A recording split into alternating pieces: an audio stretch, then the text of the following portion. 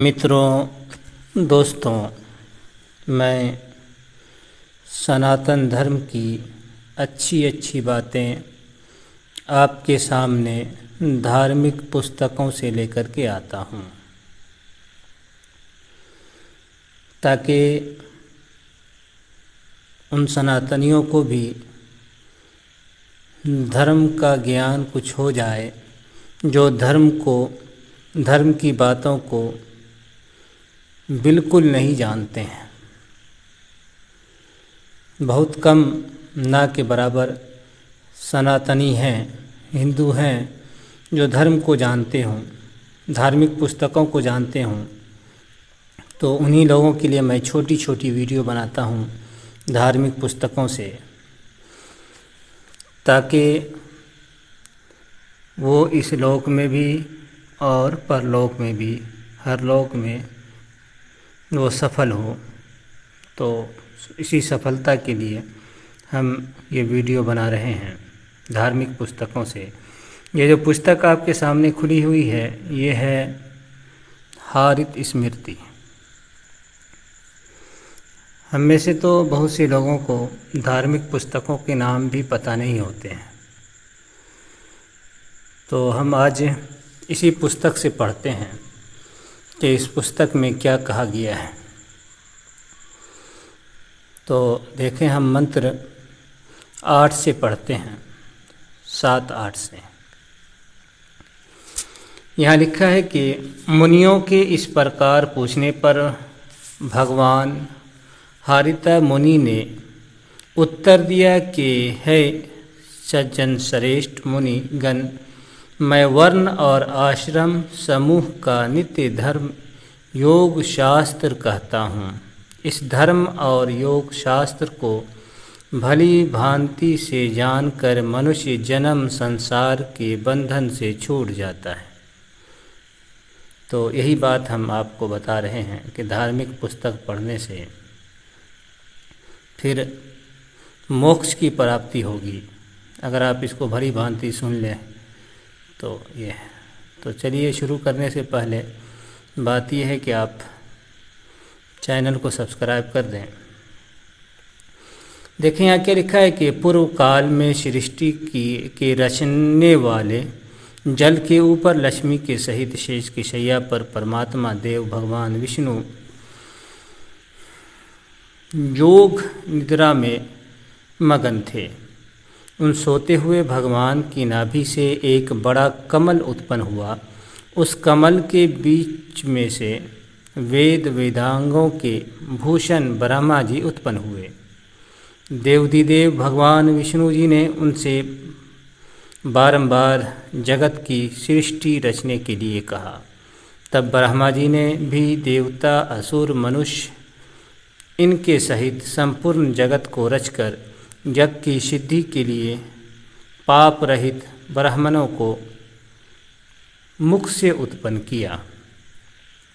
इसके पीछे क्षत्रियों को भुजाओं से और वैश्यों को जंघाओं से रचा और शूद्रों को चरणों से रचकर भगवान पद्मयोनि ने उनसे जो वचन कहे हैं, दिव्योत्तमों, उन वचनों को मैं तुमसे कहता हूँ, तुम श्रवण करो। और वो वचन धन, यश, अवस्था, स्वर्ग, मोक्ष, फल इनके देने वाले हैं। तो आपके सामने बात आ गई है कि ब्राह्मण मुख से, क्षत्रिय भुजा से, वैश्य और शूद्र चरणों से, पाँव से ये उत्पन्न हुए हैं, पैदा हुए हैं। अब बताया ये रहे नीचे में कि इन बातों को, जो बातें बताई जा रही हैं, उसको सुनने से धन की प्राप्ति होती है, यश, अवस्था, स्वर्ग, मोक्ष सब कुछ मिलता है अगर आप इस धर्म शास्त्र को सुनेंगे तो। यहाँ देखिए कि ब्राह्मणी के गर्भ में ब्राह्मण के औरस से उत्पन्न हुआ मनुष्य ही ब्राह्मण कहलाता है। उसके धर्म और उसके रहने योग देश को कहता हूँ। तो यहाँ क्या बात हुई कि ब्राह्मण कौन होता है? ब्राह्मण वही होता है जो ब्राह्मण के वीर से, ब्राह्मणी के गर्भ से जो बच्चा हो, वो ब्राह्मण कहलाता है। आज बोलते हैं कि जो पढ़ लिया लिख लिया ज्ञानी हो गया, तो ये बात नहीं है। ब्राह्मण पैदा होते ही ब्राह्मण होता है, क्षत्रिय पैदा होने से ब्राह्मण होता, क्षत्रिय होता है, वैश्य पैदा होने से जन्म से ही होता है। पिछले जन्म के कर्म की वजह से इस युग में या इस जन्म में जो भी, चाहे ब्राह्मण हो या क्षत्रिय या वैश्य या शूद्र हो, पिछले जन्म के कर्म की वजह से हुआ है। तो हर एक का के बारे में ये बात आ गई कि वो जन्म से होता है, ना कि कर्म से। या फिर है कि ब्राह्मणों के लिए 6 कर्म कहे गए हैं। जो इन 6 प्रकार के कर्मों से निरंतर जीवन व्यतीत करता है वही सुखी होता है। जो 6 कर्म ब्राह्मण के हैं वही करें, वही ब्राह्मण सुखी हो सकते हैं, अर्थात धनवान पुत्रवान होते हैं। पढ़ाना, पढ़ना, यज्ञ कराना और यज्ञ करना, दान और प्रतिग्रह, ये 6 कर्म ब्राह्मण के हैं। आगे देखें, श्रुति स्मृति, इन दोनों से हीन ब्राह्मणों को जो दान देता है या जो भोजन कराता है, उस दान और भोजन कर्म से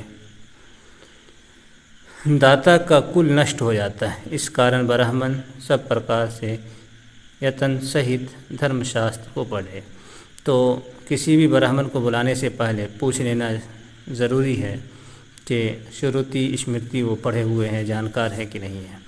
नहीं तो बुलाने वाला का ही कुल और सारा परिवार सब कुछ नष्ट हो जाएगा, बर्बाद हो जाएगा, ख़त्म हो जाएगा। देखें आगे है कि श्रुति और स्मृति ब्राह्मणों के दोनों नेत्र परमेश्वर के बनाए हुए हैं। इन श्रुति स्मृति पर या स्मृति रूप एक नेत्र के बिना हुए वो काना है, और श्रुति स्मृति रूप दोनों से जो हीन है उसे अंधा कहा है। तो ये बात हो गई।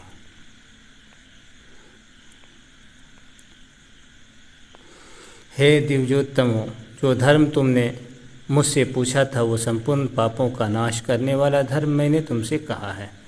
तो वो जो बातें ऊपर आई हैं वो तमाम पापों को नष्ट करने वाली चीज़ें हैं। अब यहाँ क्या, कर्मानुसार क्षत्रिय वैश्य और शूद्र, इन तीनों के धर्मों को कहता हूँ, जिन धर्मों के आचरण करने से क्षत्रिय आदि 3 वर्ण उत्तम गति को प्राप्त होते हैं। अब यहाँ से क्षत्रिय के कर्म बताए गए हैं, आप देख सकते हैं। क्षत्रिय के धर्म कर्म जो कहने,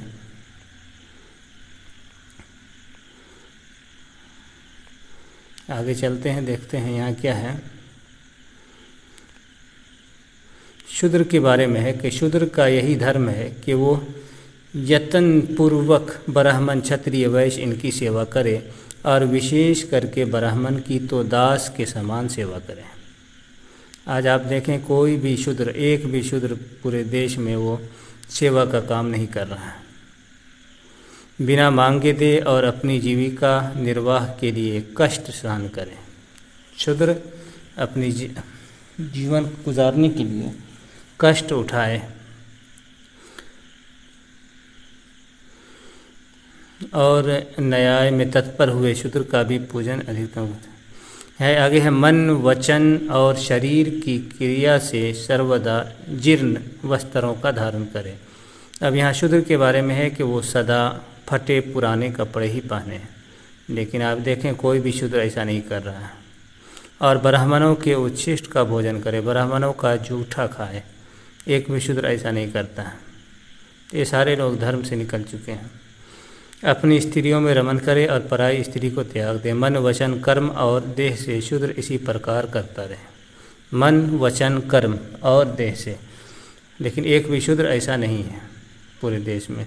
इन सब कर्मों के करने से संपूर्ण पाप नष्ट हो जाते हैं। जो पिछले जन्म के पाप थे, जिस जन्म की वजह से शूद्र बना है इस युग में, तो वो सारे पिछले जन्म के पाप अगर इस तरह से शूद्र रहेंगे, लेकिन एक भी शूद्र ऐसा नहीं है, तो और ये लोग पाप ही कर रहे हैं। इन लोगों का पाप और बढ़ रहा है, तो ना जाने अगला जन्म क्या होगा।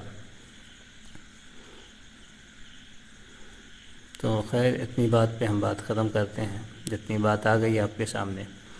फिर आगे देखेंगे जो अच्छी अच्छी बातें हमारे सामने आएंगी सनातन धर्म की, हिंदू धर्म की, हम आपके सामने लाते रहेंगे, जिसको सुन कर के आप को स्वर्ग की प्राप्ति होगी, मोक्ष की प्राप्ति होगी। तो वही सब चीज़ हम आपके सामने लेकर के आ रहे हैं।